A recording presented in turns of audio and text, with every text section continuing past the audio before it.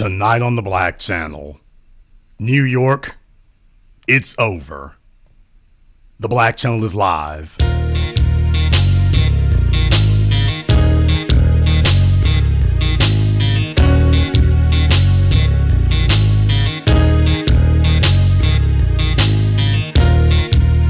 Unapologetic, unadulterated, and absolutely uncompromising. Greetings, brothers and sisters from around the world, and welcome back to the home, the haven, the stronghold, and the everlasting superfortress of intelligent black thought. We are still the black media.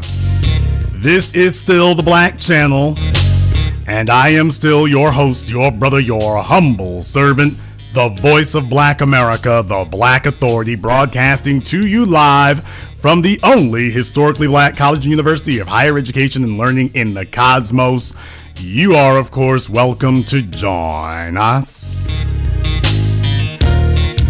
And join us you shall, because on tonight's program here, well, from time to time, I have to serve as the bearer of bad news, and I have to alert everyone that things have changed, not for the better, and that whatever it is what it is, and that's what we'll have to deal with. So, be that as it may, here we are, and I'm sad to report here tonight, New York City, that's a wrap. That is a wrap at this point. Now, what they're going to tell you is that, well, this is only dealing with a few or a limited number, and that is a damn lie. That is a damn lie. It is not. And I want to go ahead and I want to play some of this for you here. But for those of you who are unaware, earlier this week, there was a vote by the New York City Council, not for reparations, not to stop police violence against black people, nothing like that and nothing of the sort. No, they have important things to see about here. Their agenda to erase the black vote and ultimately black people kicked into overdrive out there. And what they did was, after years of wrangling, they have proceeded to declare that non-citizens, those who were applied to be permanent residents or something, things along that line. But understand, it will not stop there, because the way in which the folks who were spearheading this were speaking, they're not talking about a certain group. They're just talking about anybody and everybody.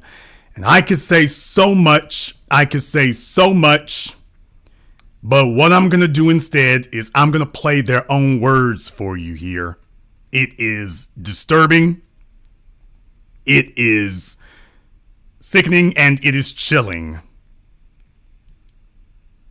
And if you want to know why it is, for years I have said New York is a big cesspool, and unfortunately it's a giant cesspool that overflows, and then the foolishness of New York spills out to everywhere else. It doesn't correct itself, it tends to spill out to everywhere else. You can hear it for yourselves here. Rodriguez is my brother, and we have been in a foxhole, as many of you know, for the last year. Idanis Rodriguez is my brother, and we have been in a... Now, remember that name, Adonis Rodriguez. Remember that name. She's declaring that this is her brother. Okay. Remember that name, by the way. Idanis Rodriguez is my brother, and we have been in a foxhole, as many of you know, for the last year, very closely working together. There are so many progressive ideas right now that are on the table in terms of voting rights acts and things that we're going to do to empower communities of color. We've seen that most recently with ranked choice. Yeah, Here we go. By the way, you didn't even get a full 30 seconds in before she hits you with the communities of color. She didn't even get a full 30 seconds in. Voting. In the last ranked choice voting mayoral election, we had an African-American man, Eric Adams, won the primary night with 30.7% of the vote. Maya Wiley with 21.4% of the vote, and Garcia with 19% of the vote. But we saw through a ranked choice voting process, Eric Adams wound up winning by 50.4% and Garcia by 49.6%. So what we're seeing in that is we had an extraordinary experience of Eric Adams and Maya Wiley coming in first and second in a mayoral race in New York City. This was historic. But through a process, had it have been successful, the third place white woman candidate could have beat both the African American man and the African American woman through a process called ranked choice voting that was supposed to empower black communities.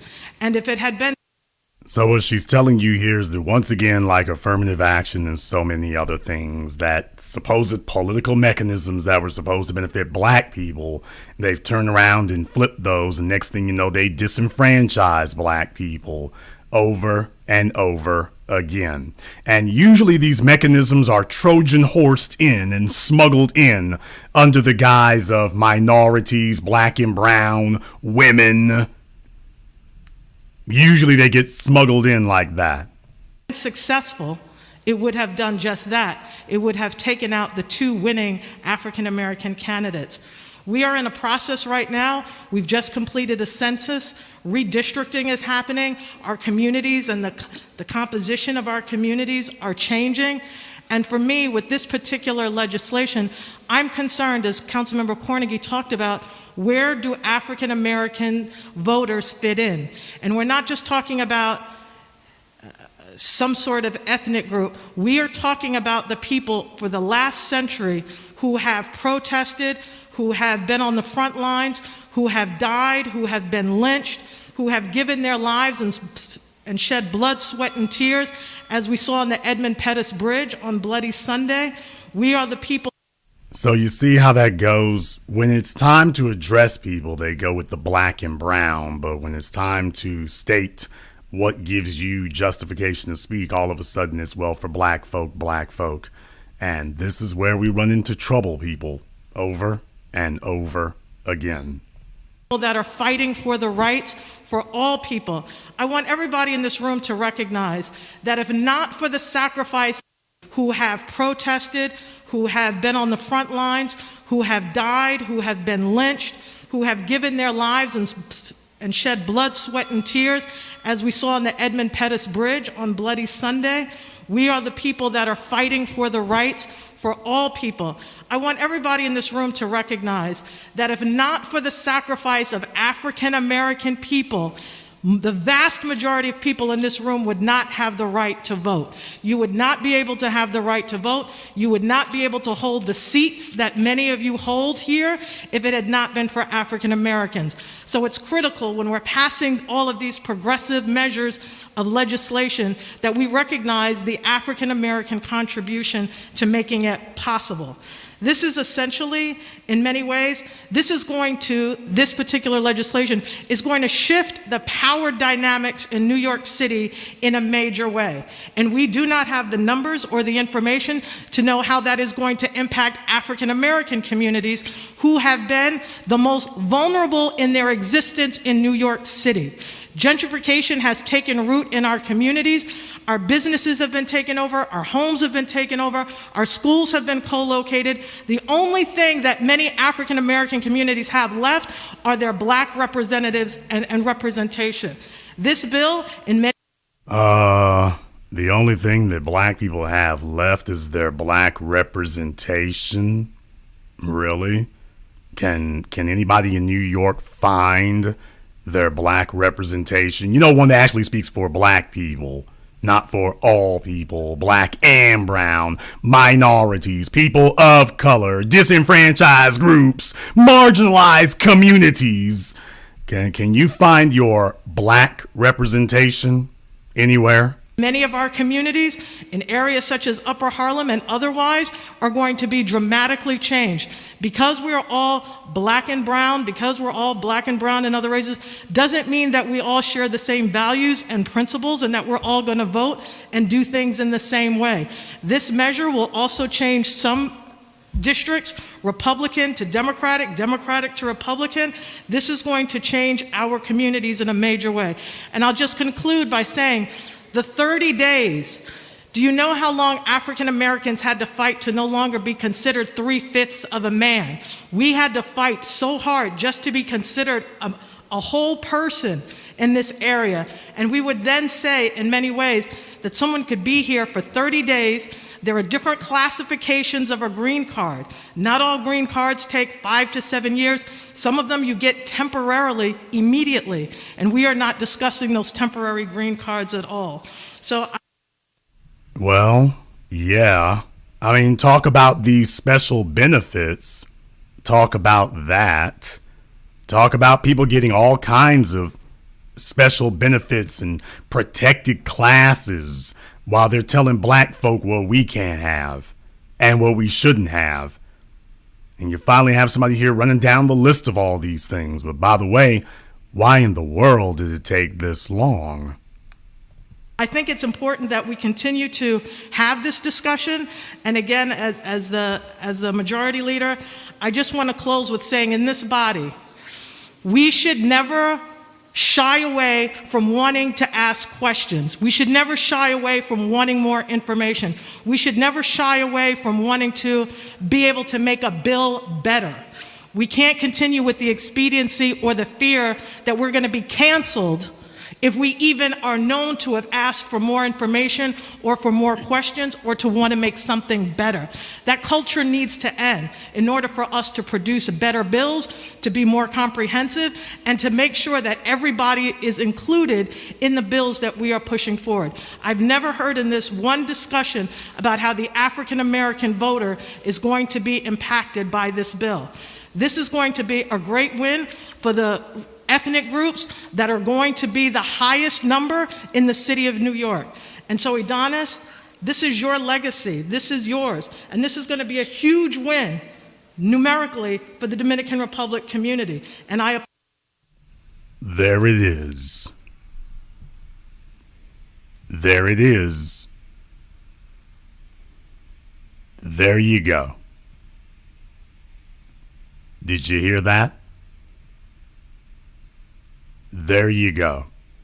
Now, please don't misunderstand. She's actually saying that she has issues with this particular thing going on here, and she wants more information about this, specifically how it's going to affect black people. So don't misunderstand. She's actually saying, hey, I got questions about this and how it's going to affect black people. But I want you to understand some of the language that's being used. And then lastly, when she says that part there, by the way, this is going to be a huge win for the Dominicans.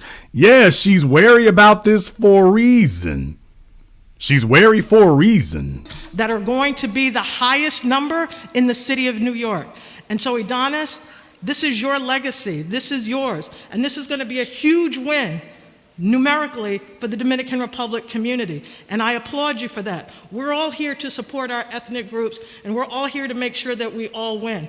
But I need to know, in supporting this, which I need more time, how are African Americans going to be impacted? Because that's the community I come from.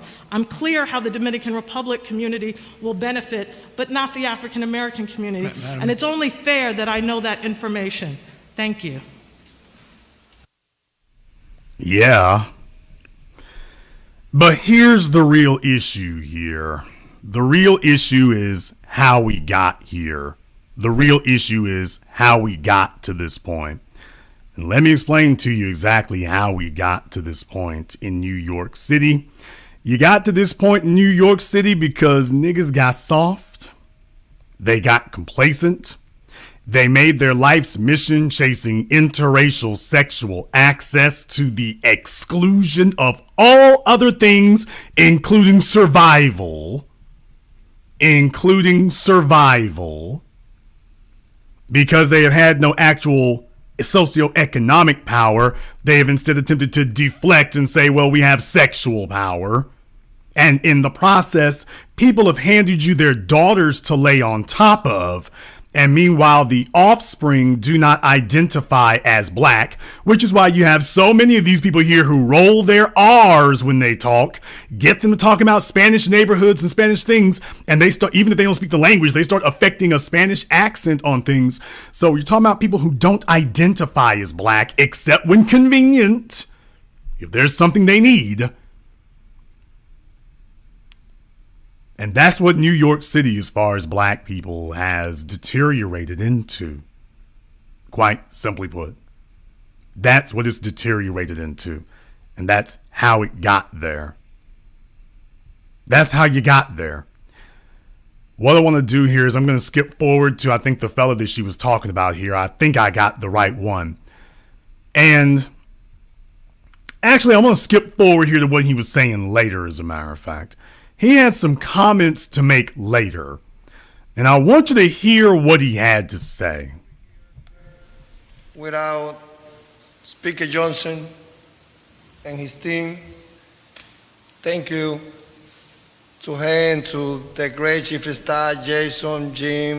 I mean, this guy is so fresh off the boat, he can bear. What he's saying is barely legible.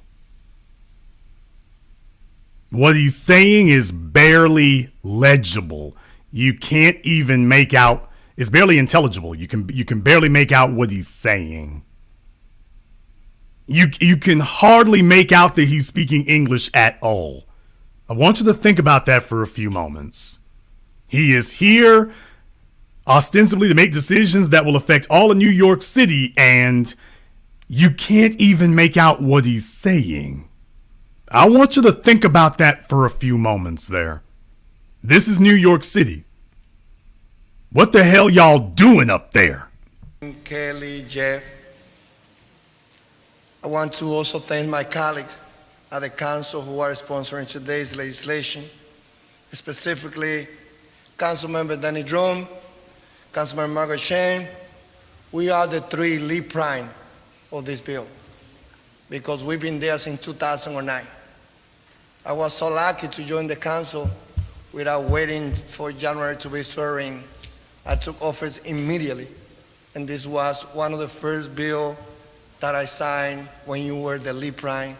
So for me, this is a trend that has never stopped. This is the trend that started with Councilmember Barron, Councilmember Perkins. There were two great Afro-American leaders who led this fight, and we just follow them. So thank you. Did you hear that? There were two great African American leaders who were leading this fight. And I want to thank them for opening up the doors so that we can steamroll y'all niggas' asses. What y'all doing up there in New York, man? What the hell are you doing? I want to thank everyone, especially all the colleagues here, especially council members, and we just follow them. There were two great Afro-American leaders who led this fight, and we just follow them. So thank you. I also want to thank everyone, especially all the colleagues here, especially Councilmember Fernando Cabrera, the chair of the Government Operation Committee, because of his leadership in his committee and all the members of that committee. Yesterday we passed it, and then we are here. Lastly, I would like to thank the New York Immigration Coalition, United Neighborhood Houses, the Our City of Coalition, DACA recipients, my office staff, all of them, Elizabeth, Evelyn, Tomas, Van Troy. Okay. Huey, Dewey, and Louie. He's thanking everybody here. But do you hear how many groups he's naming off there? You hear how many groups he's naming off there. So it tells you how many of these AstroTurf or operative groups that they've been funding and they've been propping up out there and whatnot. So when you heard their names before, just understand that wasn't innocuous. This is what they've been doing. Those of you who worked so hard to be sure that we were able to take this bill to where we are today. All of you work tirelessly to get us to this point. It is not secret that today inside these chambers, the New York City Council is making history. Many other cities across the nation as well as abroad are watching this meeting today. In one of the most diverse cities in the world, we need to ensure that there is adequate representation for all New Yorkers. That starts by expanding the scope of who is allowed to vote in our local elections. Well, there you go. Expanding the scope of who's allowed, so it's not about whether or not you're a citizen. What's his agenda? What's he after? What is he doing there? What's the agenda, my man? Who are you looking out for? Who the hell has rules like this? So in case you thought it was limited to who had permanent residence or cleaning up those rolls, which is what they've been saying this was about, oh, no, he's making it clear that the agenda is this is just the start. All the illegals need to have the right to vote. All of them. Because black folk are not looking out for their interests. No, we need to get all of them doing it. Intro 1867 will allow lawful permanent residents in New York City to vote in municipal elections. That includes immigrants who have green cards, working authorization, DACA recipients, TPS. The Our City Our Vote campaign has been about giving a voice to the voiceless. I know what it is like to feel like you live in the shadows, working as a dishwasher, taxi driver. I know what it's like to live with a green card and having people always look down on me because of my strong accent. Yeah, bro, we kind of do, actually, yeah. Because it doesn't sound like you're trying very hard. It's like you want us to be like y'all. Sorry, we don't want to be like a failed state. We're trying to succeed here. So I just want you to understand, yeah. And another thing right here, dude, those are not essential workers. Those are the very definition of non-essential workers. Shout out Sherrod in the chat room there. Thank you to everyone who's contributed to tonight's program here on PayPal or Cash App as well also. Thank you very much for that. We appreciate that as well. So my man Ryan and Randy, thank you very much for your support here. Dishwashers are not essential workers, sir. Contrary to popular belief, since the advent of Uber, cab drivers are not essential workers either, sir. I don't know who told him that those were essential workers, but no, they're not. We wouldn't miss them if they disappeared tomorrow. That's your trump card. That's your bargaining chip. Well, we're the dishwashers. Really? I can buy a Whirlpool and replace you. I can buy a Kenmore and replace you. What are you talking about? That's your contribution? Even they still believe that I have a green card, and they're so proud to have a green card. My story is the story of every immigrant in New Yorkers. Immigrants in New York City own over half of the local businesses and contribute over $190 billion to the citywide GDP. There you go. Now there it is. What we told you on the Black Channel here for over a decade. What Dr. Claude Anderson has been preaching for over 3 decades. When you wonder what it is, they're individuals who don't have the numbers to affect an election. Black folk are the ones with the political numbers, and yet the political establishment keeps kowtowing to these other groups who don't have the numbers. Everybody talking about black folk won the election for Biden or for Eric Adams or for whoever you are, but every time they turn around, it's like, okay, black folks, thank you for winning the election. Now we need to see what Asians and Latinos want. And he just sat there and told you that immigrants own over half the businesses in New York. Now, that's not the skyscrapers, by the way, but you just heard him say what he thinks their leverage is. People always look down on me because of my strong accent. Even they still believe that I have a green card, and they're so proud to have a green card. My story is the story of every immigrant in New Yorkers. Immigrants in New York City own over half of the local businesses and contribute over $190 billion to the citywide GDP. During the height of the pandemic, it was our immigrants, New Yorkers, who kept New York City running. They didn't have luxury of working from home or escaping to the Hampton or to the Hudson Valley. Over half Kept New York running how, sir? What are you talking about? Talk about taking credit for things nobody noticed. of our frontline essential workers are immigrants, and approximately Frontline essential workers. Are those the dishwashers and cab drivers you were previously referencing, sir? Those are the frontline essential workers? He's got an interesting definition of frontline and essential. Not just frontline essential, but both frontline and essential. The dishwashers literally work in the back. They are the very definition of not frontline, and certainly the definition of non-essential. Cab drivers, well, I guess they're in the front of the car, but I wouldn't call that essential either. Man, what are we pulling here? 1 in 5 are non-citizens New Yorkers. They have all earned the right to participate in our elections. It is estimated that nearly 1 million immigrants New Yorkers will be eligible to vote. That include nearly 100,000 Muslim immigrants who will be enfranchised by this bill. Additionally, according to the Black Institute, 50% of non-citizens are from Jamaica, Guyana, Haiti, Trinidad, and Tobago alone. Okay, now did you see how he sat there and slaughtered that, by the way? These are your friends. These are your friends now. Now, you notice that he said, well, the Black Institute, whoever the hell that is, says that half of these would be, folks from these other areas. Yeah, people who have expressed outright disdain toward Native Black Americans, toward descendants of slaves, toward foundationals. They've expressed absolute contempt. I want you to think about that. We did this whole program. You're talking about Haiti and Tobago and Jamaica. Yeah, places that have expressed nothing but outright contempt for a specific group. They don't have contempt for the Dominicans. They see themselves, we are from the Caribbean.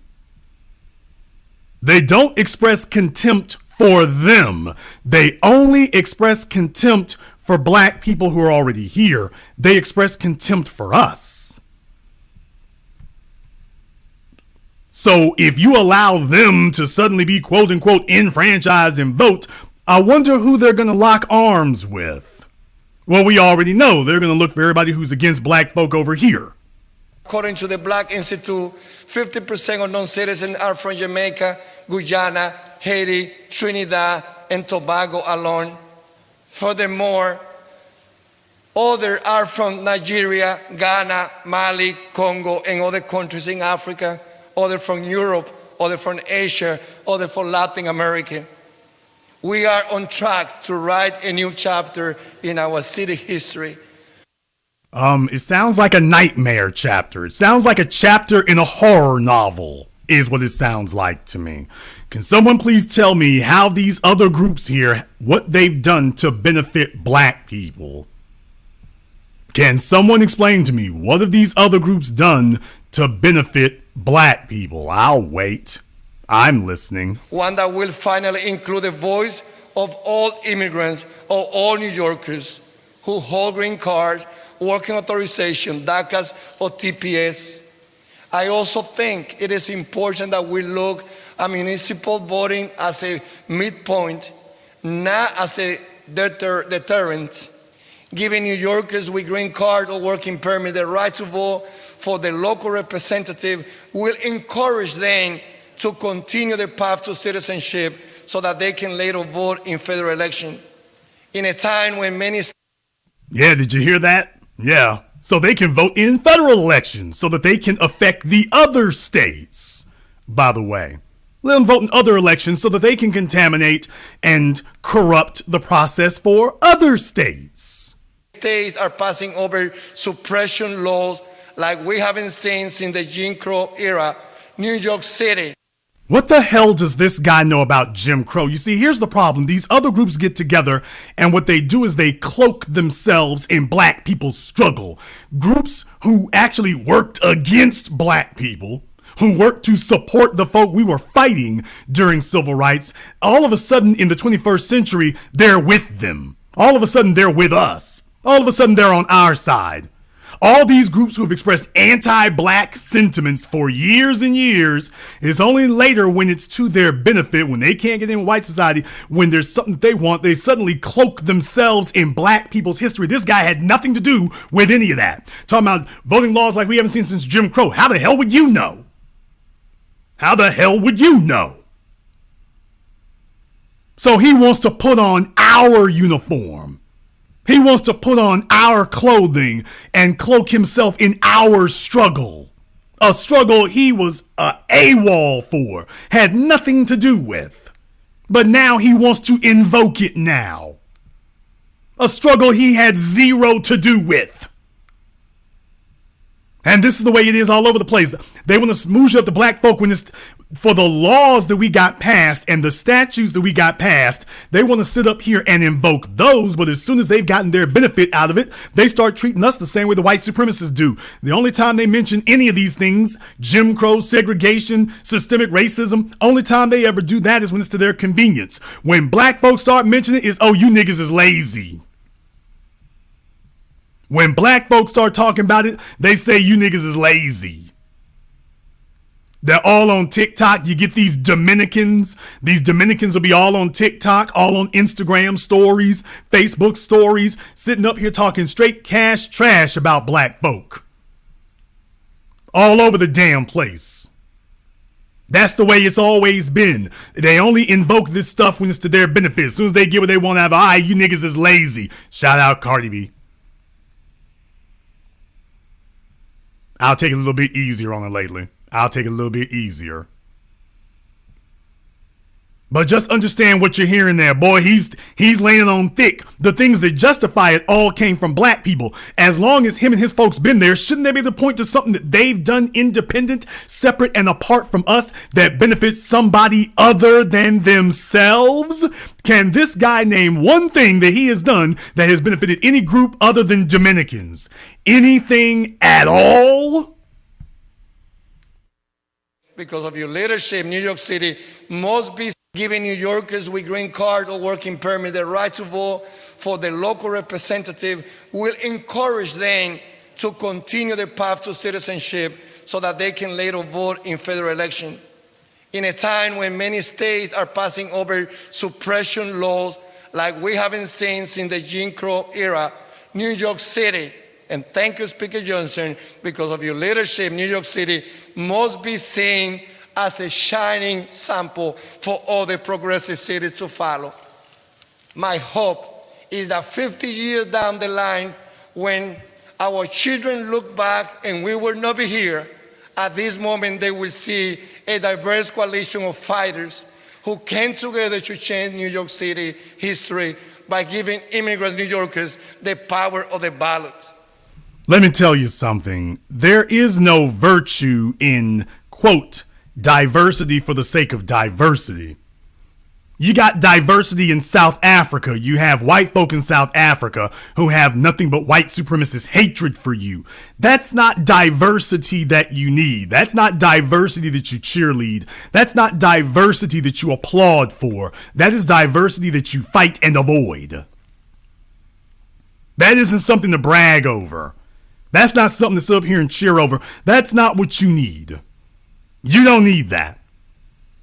And the diversity that he is extolling and expressing right now, that is not what black people need. No, sir, that is not what black people need. We don't need that type. That's not the diversity we need. To bring in as many truckloads, plane loads, boat loads, train loads of individuals who have contempt and rancor. Because let's be very, very clear. If these were a bunch of Irish folk, if they were bringing in a bunch of Irish people who had nothing but contempt for Dominicans, he would be sitting up here talking about, we do not need to bring those Dominions that we need to study these and we need to study, they should work hard and bring them. Yeah, that's what he'd be saying.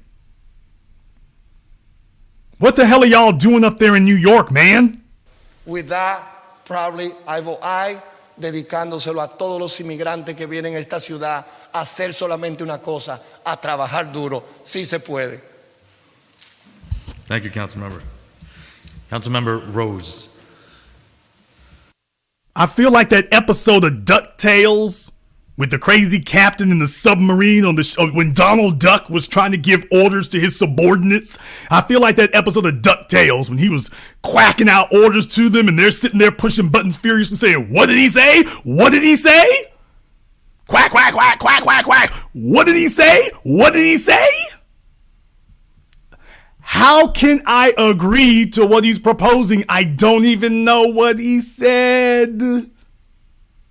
I can't give approval or disapproval, dude. I don't know if you were running down a recipe for quesadillas or a law. I don't even know what you're asking me to do.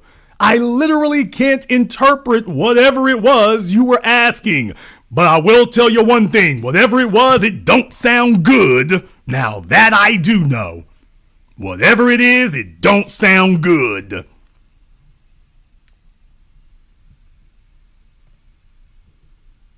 That's it, New York. It's over. You're done. New York is done. Stick a fork in it. I warned you. I told you. That's it. You're done. Your quest for debauchery. You get folk from New York and they have a stream of gutter sexual behavior following them everywhere they go. Well, congratulations. You created your perfect hedonistic paradise. Your governor, a damn sexual degenerate and deviant as well. Well, he's not there anymore. No telling what this new one, Hochul, no telling what the hell she does in her free time. Well, you had your priorities together. You take a look at 50 Cent every time you turn around. Every time you turn around, Negroes are up there talking, bragging about their interracial sexual access. Well, this is the result. As Neely Fuller taught us, the problem is when black folk get into bed with other people, the other folk, when you have interracial sexual relations, the other folk get out of bed and they're still white, they're still Latino, they're still Asian. Black folk get out of bed with them and they come out confused. Well, I think I'm whites now. I think I'm Caribbeans now. And that's where we're at today. That's what it is now. We're going to take a very brief commercial, non-commercial break. Before we do, I want to thank everyone who has contributed to support tonight's program here on PayPal and Cash App. So Najee, thank you. Andrew L., that's my dude. I appreciate your support here tonight. And everyone who's contributed to the program here. We had a few issues as far as them messing. They hated the last programs I did on my other YouTube channel so much.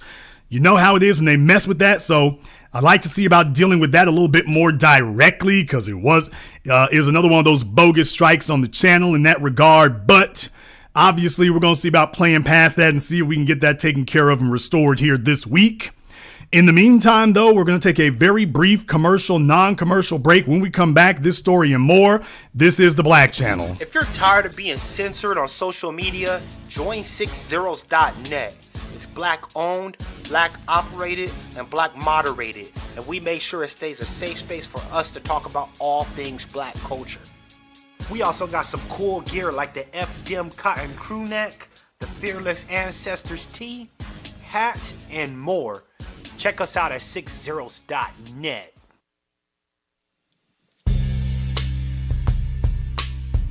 Hey girl, why are you so sad? I just got banned from Twitter again. Should have been on 60.net. Ah.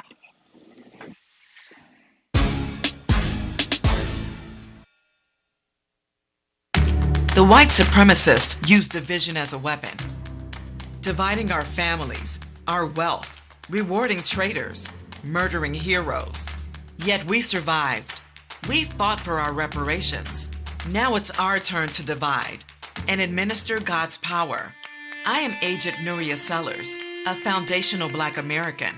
I promise that nothing will come between us. Buy the sci-fi novel, Nothing Will Come Between Us, available January 22nd. Pre-order online today at Amazon and Google Play. Spirit of1811publishing.com. Our story, our family.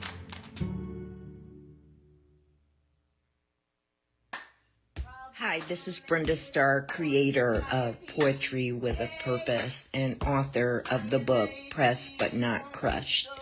Pressed But Not Crushed is an anthology of political poems that address current and historical issues in American descendants of slave population and African American population.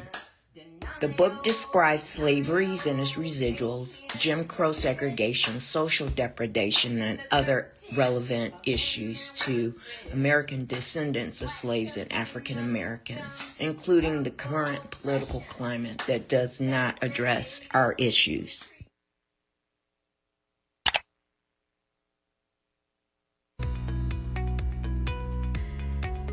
Are you tired of being overcharged and forced into paying a monthly subscription for your Mac and Windows software?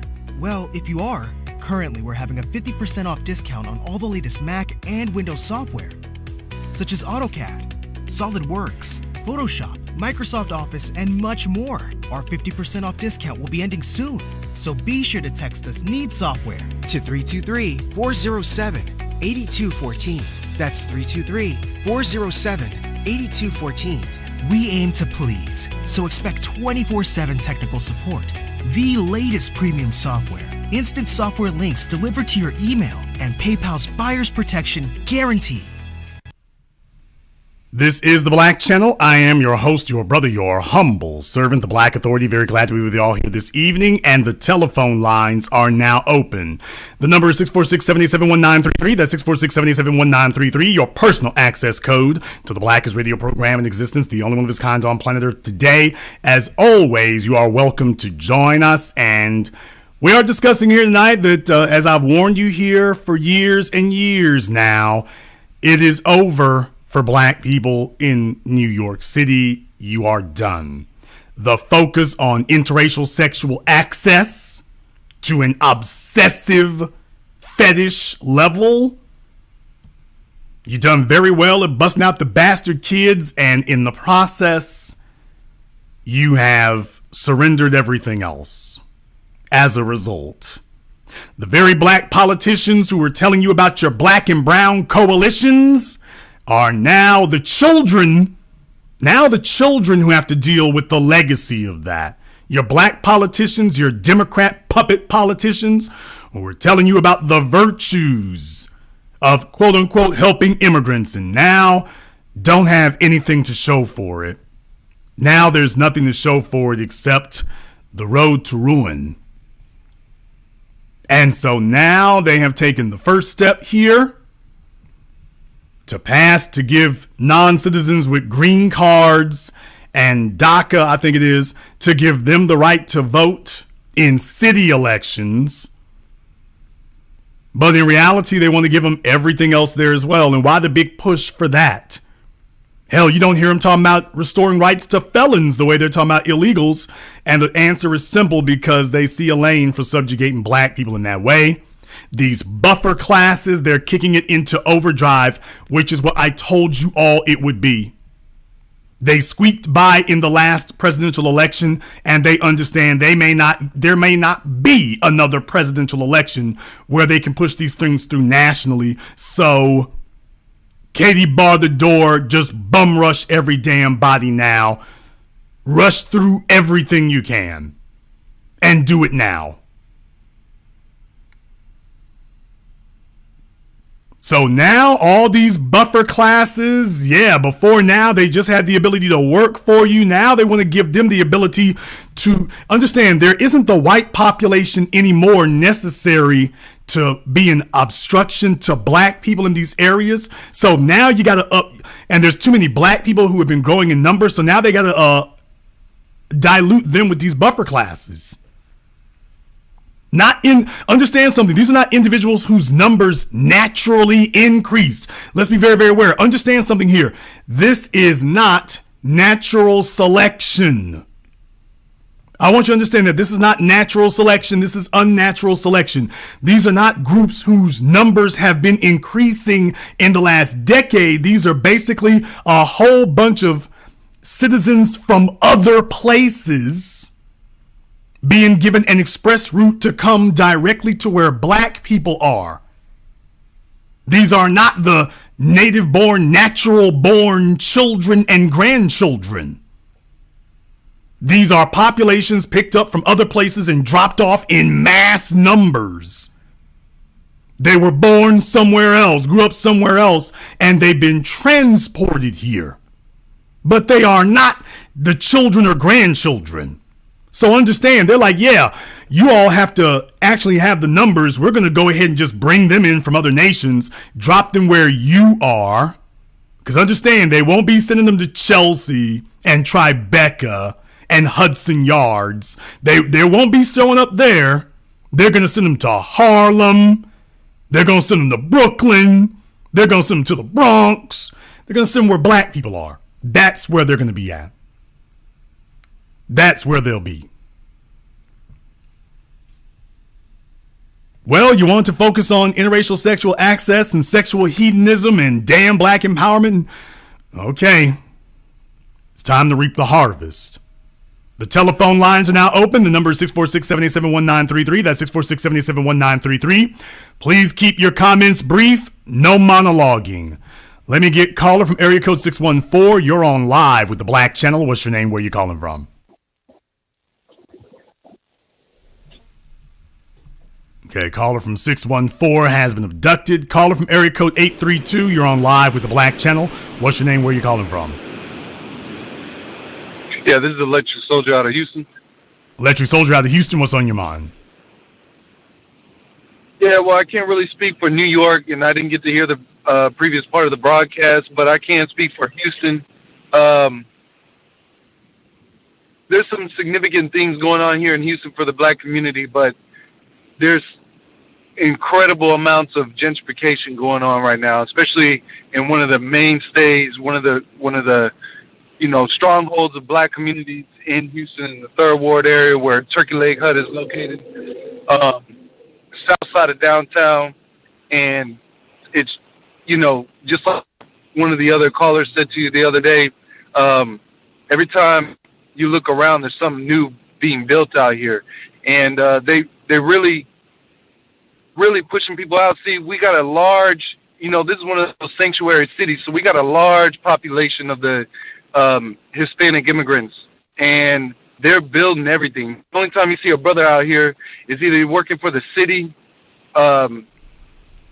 well, definitely in these places where that's been happening, you're seeing that in Houston and Dallas, and next thing you know, you're going to see a push there because disenfranchising that black vote is essential. They're not reliable. Sylvester Turner, they're not reliable to support him. Too many people are actually having an agenda, and when that occurs, you're done.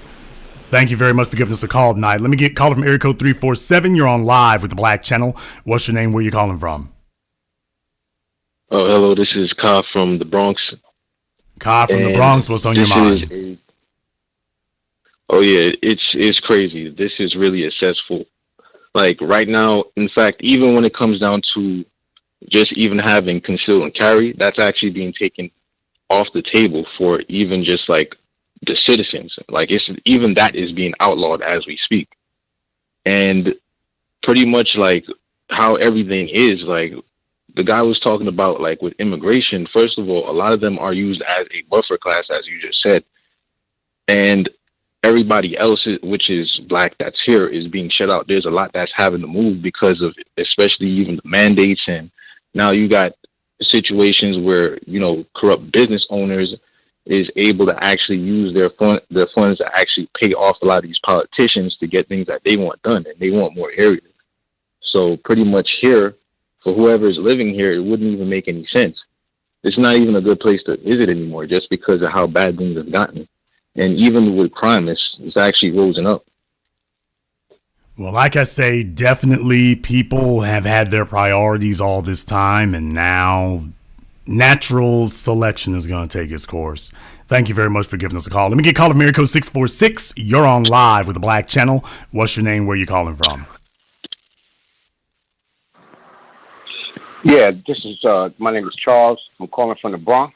Charles from the Bronx. What's on your mind? Yeah, I'm listening to this, and I was watching the news reports on when this vote passed, and after watching the show, I applaud you for your insight on what's been happening to the black community. And what struck me, when this guy was talking about Jim Crow and all of that, he has no idea of what Jim Crow is all about. They have no idea of the struggle that black men went through at the cost of his of his family, at the cost of his livelihood, at the cost of his career, at the cost of his children's legacy, that these people have brainwashed our women and has infiltrated us to such an extent that I don't even see a recovery plan. Well, you know, in his case here, to talk about Jim Crow and whatnot, even if he had been in the country at the time, illegal as he could be, even if he had been, he could pass. He wouldn't have to deal with any of the issues that we as black folk would. He could pass for something else. He could certainly pass for non-black. And remember, before the 1970 census, they were considered white and classified as white. So he had an ability that black people have never had. So for him to even invoke that, he can't even say it had the same effect on him because it didn't. He never had to bear the brunt of Jim Crow, but to get what they want, all of a sudden he can invoke Jim Crow. Thank you very much for giving us a call. Now, let me get caller Miracle 347. You're on live with the Black Channel. What's your name? Where you calling from? Hello, this is John from Brooklyn. John from Brooklyn, what's on your mind? How you doing, man? This is first time caller, long time listener. I'm glad that I was able to log in, and you are 1,000% on point. I've been in New York, Brooklyn, 40 years of my life. Excuse me, and I've seen it develop. You know, definitely can't afford to buy anything out here as far as land, apartments. The rent is skyrocketing, and you know, I'm emotional about this shit because, you know, I'm looking at the youth of today. They're not paying attention. You know, it's hard to reach out, try to, you know, spread your message to other people. They don't take it serious. You know, this vaccine shit is really off the roof. I can't work because they want me to take the shot. I don't want to take the shot. Now, isn't that amazing? Now, isn't that amazing? So, if you don't have the vaccine, you can't work. But if you're a damn non-citizen who isn't even supposed to be on the soil, we got a protection plan to shepherd you through. Think about that for a few moments. Not taking a citizen not taking the vaccine is being targeted. Individuals who shouldn't even be on the soil are getting assistance. Yep.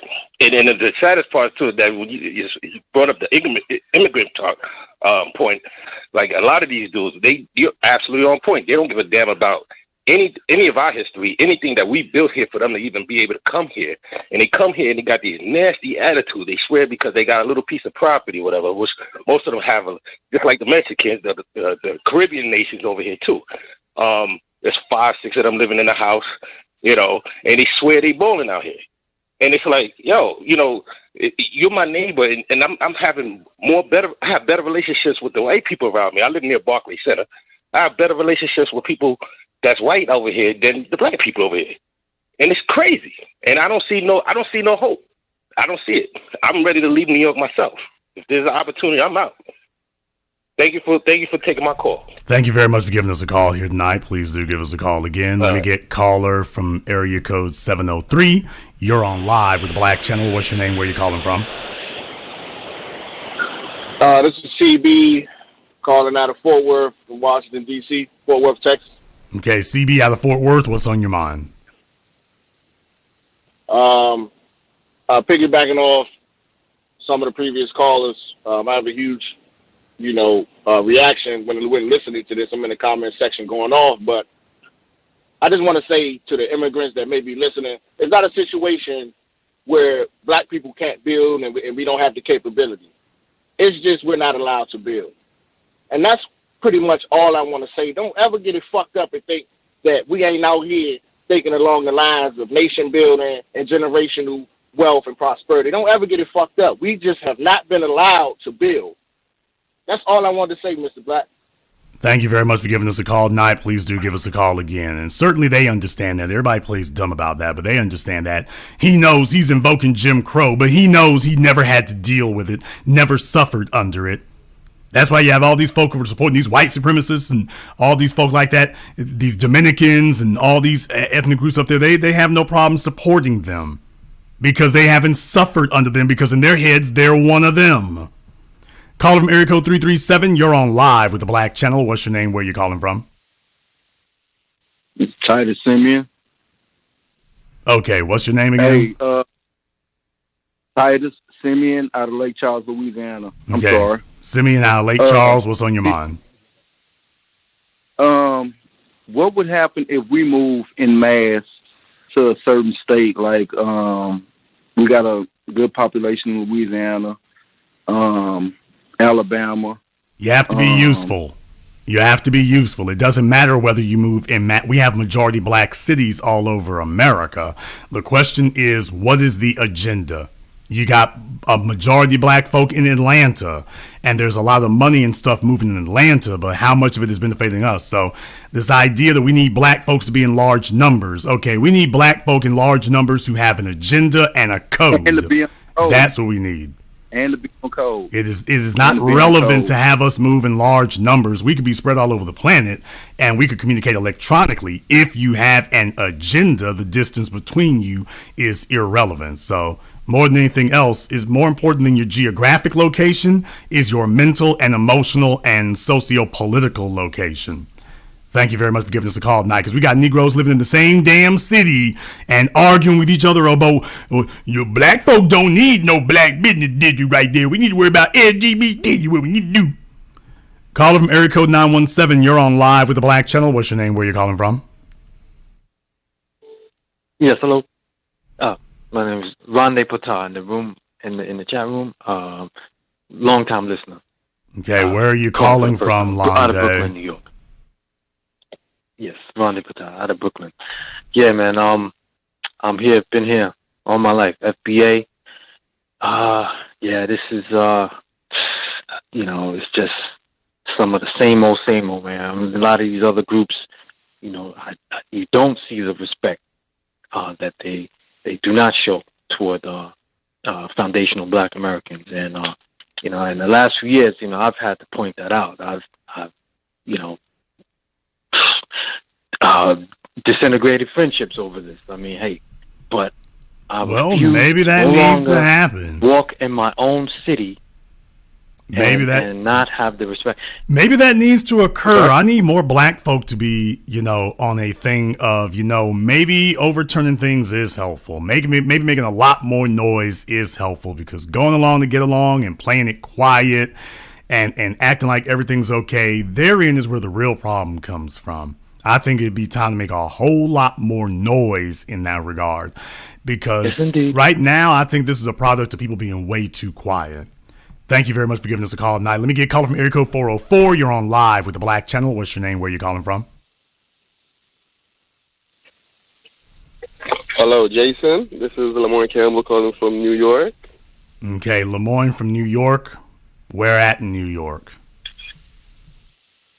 Let me see. I'm in Manhattan right now. I'm working right now, but I'm listening. I'm a long-time listener. I called you already on another program where we were talking about relationships, but I just wanted to give you a quick input. I'm a Jamaican. I'm an immigrant. Okay, brother. It sounds like you've been hitting the pipe tonight. I'm going to give you one chance. What did you want to say? Well, I just want to say B1 first. My two heroes, Marcus Garvey and Malcolm X, and my only living hero right now is you. So yes, a lot of immigrants don't understand the atmosphere of America the real way, and I think the system is doing their best to keep us on that other side of the wall. I just hope that you continue to do what you're doing. Sometimes it might sound like you're really bashing us immigrants, but sometimes you have to do what you have to do to get the results that you need. So I just want to send you love and encouragement, and I wish I can help you out in any way I can. Well, the immigrant population needs to understand that they are being specifically funneled to specific places and being placed in specific places for a specific purpose. They're not being allowed where white people are. They're being sent specifically where black people are. And black people understand that when you are being corralled and funneled into a specific area, it is because you're going to be contained there. So your job is to be an obstacle and a problem to the folk they're sending you to, but ultimately you're going to be confined and contained to that area. The white supremacist system has mastered the art of socioeconomic containment and confinement. As Neely Fuller called it, he says the society is a prison, and that what we call prisons and penitentiaries, he says that is simply greater confinement. But you are already confined and contained in the society. The prisons are simply greater confinement.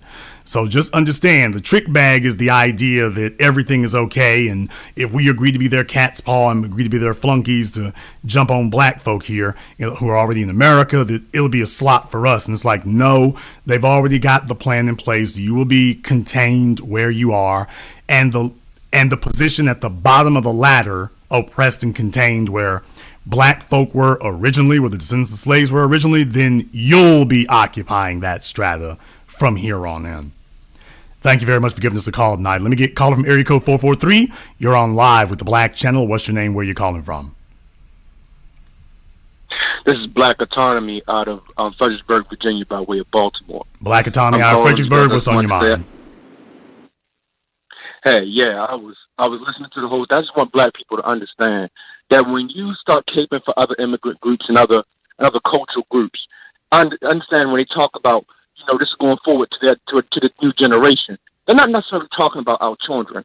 It'll be our children that sacrifice and put in the work, and then take all the bad things that come with it, and their children will be the one that succeed from everything and get all the rewards later on down the line. I want people to understand that black people need to start caping for their own interests and stop letting all these puppets talk for us. But that's all I had to say. Be one. Black first, brother. Thank you very much for giving us a call tonight. Let me get caller from area code 646. You're on live with the Black Channel. What's your name? Where you calling from? Hey, TBA, Anthony from Queens, New York. Anthony from Queens. What's on your mind? So that rugged individualism and I'm going to talk to the black immigrants for a second since I am one, that rugged individualism that they brought up from, the countries that we came from, that caused our countries to basically fail, let other ethnic groups come into our countries and take over all the natural resources and whatnot, is what's leading to the issues that we're having now. So that rugged individualism is, you heard that Dominican guy say that 50% of the businesses are owned by immigrants. Build my own business and not care about the collective of black people. That's basically what's led us down this slippery slope. And I don't think, with that black immigrant mentality, I don't think they have that, the majority of them. They don't have that in their psyche to come together with other black people, especially foundational black Americans. So that's the main problem. They come together like Voltron with the other immigrant groups because they don't see themselves as black. Very good point to make there, brother. Thank you very much for giving us a call tonight. Let me get caller from area code 813. You're on live with the Black Channel. What's your name? Where you calling from? This is Fred Hayes from Tampa. Fred from Tampa. What's on your mind? Jason, I just want to expound on what I heard a couple of callers say about the Latino community, about how they don't like us. But I live in Tampa, and so they have a large community here. And what I've noticed is that the same thing another guy said, seemingly, I understand white supremacy, but seemingly I can get along with whites, some whites, better than I can Latinos. When these Latinos look at me, they look at me with a scornful or contempt look, and it's all over their body. And I'm like, whoa, what's going on here? So I just wanted to expound on that. So a lot of these people, they look down on us, with that contempt look, scornful look, and I can feel it in their spirit. That's all I want to say. Well, thank you very much for giving us a call tonight. Please do give us a call again. Let me get caller from area code 512. You're on live with the Black Channel. What's your name? Where you calling from? Good evening, TBA. This is Hatter from the Boogie. Okay, Hatter, where are you calling from? Oh, my bad. From the Bronx. All right, Hatter from the Bronx. What's on your mind? Yes, sir. So I'll keep it brief.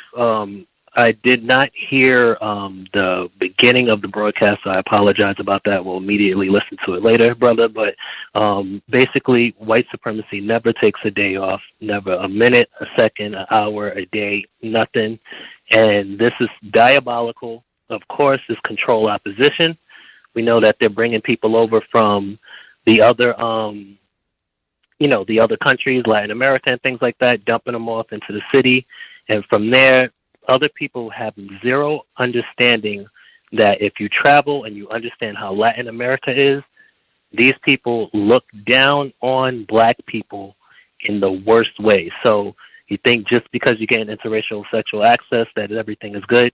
Like Dr. John Henry Clark always tells us, we have no friends. They have somebody in opposition right now that you can say, hey, we can get these Dominicans, we can just get a figurehead, he'll tell them what to do, and, they'll vote one way and we're good to go. That's the plan. That's always been the plan because they can't contain us. So they'll say, like you said, they'll move us around, see what we're doing. But bottom line, you want to have these, immigrants in there so that they can do what white supremacy tells them to do. It's ridiculous, It's ridiculous. Thank you very much for giving us a call tonight. Please do give us a call again. Let me get caller from area code 860. You're on live with the Black Channel. What's your name? Where are you calling from? Yeah, this is Crazy Check from Hartford, Connecticut. Crazy Check from Hartford. What's on your mind? Yeah, man, I just wanted to say, because this come to mind, I was on my way to this Mexican restaurant that I used to like to go to, and it had shut down. I didn't know that. An Asian restaurant was there, like Bo, whatever it's called, Thai restaurant. And I was like, nah, I'm good, man. I wanted to try it. It looked type good, you know what I mean? But I was like, nah, I'm good, man. I know I shouldn't be fucking with the Mexicans either, but Asians, the way they treat us, bro, and, we have done so much for them. And for them to come over here and treat us like trash aside with the oppressors against us, I lost so much respect for them, for Asians. I used to love them. Let's be very culture and shit, Let's be very, very clear, though. Okay. We teach people how to treat us. And back when we were Malcolm X and the Panthers, when Bruce Lee came over here, it was a different attitude toward us. When we started becoming panty hounds for interracial sexual access, and when they saw that that's what too many black males were on, and I'm going to put that on the black males, when they saw that was a wedge that they saw, they found a point of weakness. They found a point of character weakness, personal weakness. And when they saw that, at that point, that fundamentally changed the way they looked at us. And it has changed it ever since. Because as far as they're concerned, you're weak. You're vulnerable. And power does not respect weakness. Power respects power. So until that changes, just understand, you teach people how to treat you. And when you demonstrate to them that you don't need them, that is the strongest form of respect that you can generate. Thank you very much for giving us a call tonight. Let me get a call from Miracle 337. You're on live with the Black Channel. What's your name? Where are you calling from? This Simeon once again from Lake Charles. Okay, Simeon, give us a call back next week, brother. One call per program. Let me get a caller from area code 901. You're on live with the Black Channel. What's your name? Where are you calling from? Hey, this is Adar from Mississippi, Clarksdale, Mississippi. Okay, Adar from Mississippi, Clarksdale. What's on your mind? Yes, sir. Hey, just to piggyback off of one of your callers from earlier about how these Latinos really don't deal with us like everybody think they do. Back in Texas, I say in the mid-90s, in Texas, one of the first race wars that I ever faced was against the Latinos. Like dude said, he was, he can get along better with the white boys than he can with the Latinos. They look at him all crazy. And that's facts. One of the first race wars that I faced as a teenager was against the Latinos. Only way they got settled was because some of the brothers and some of the Latinos were cool with each other. So it all came to an end. And to be honest, man, the only reason, the niggas really wanted to settle there was to get to some draws. Just to be honest, no other reason, no other intent, just to be cool, maybe chop some game up, but other than that, you know, it was all just, like you say, interracial sexual access. Yes, this That's all I idea wanna do, that just piggyback off. sexual power is a power, that ridiculous idea is a problem. Thank you very much for giving us a call tonight. Let me get caller from area code 310. You're on live with the Black Channel. What's your name? Where you calling from? Deeds from Compton. Deeds from Compton. What's on your mind? Yes, sir. A previous caller made mention about us not being allowed to do. I know out here in LA, Compton area, the Latino economy, you know, it can be argued that a lot of the economy is a drug-fueled economy. A lot of their businesses and whatnot, drug money is laundered through that. I know in the 80s during the crack boom and all that, when all the blacks was balling out of control, they weren't particularly allowed to leverage their money to fuel an economy. We weren't allowed, so I just thought that was interesting. And then a question: is California next? Is Los Angeles next? B1. California, I said that 10 years ago. California's already fallen. It's not on its way. California's already done. Thank you very much for giving us a call. Florida is pretty much done. New York is now officially done. So those three big ones you can go ahead and mark those on off. You're finished. Let me get called from area code 813. You're on live with the Black Channel. What's your name? Where you calling from? Okay, caller from 813 has been abducted. Caller from area code 718. You're on live with the Black Channel. What's your name? Where you calling from? Hello? Yes, you're on live. Wake up.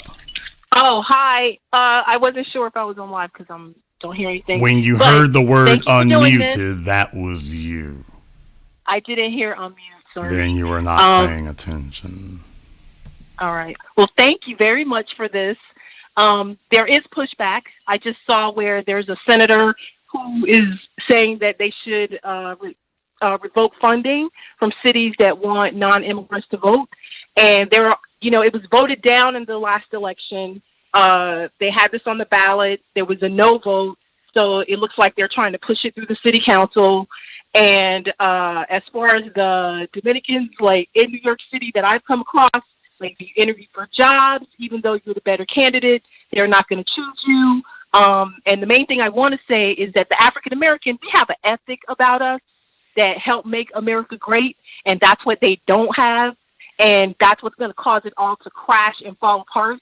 But I love what you're doing, and I keep saying, turn it up, turn it up, turn it up. I'm in Brooklyn, too, near the Barclays Center, and there's a lot of stuff going on. There's theft rings with the Dominicans. They're cleaning out the stores.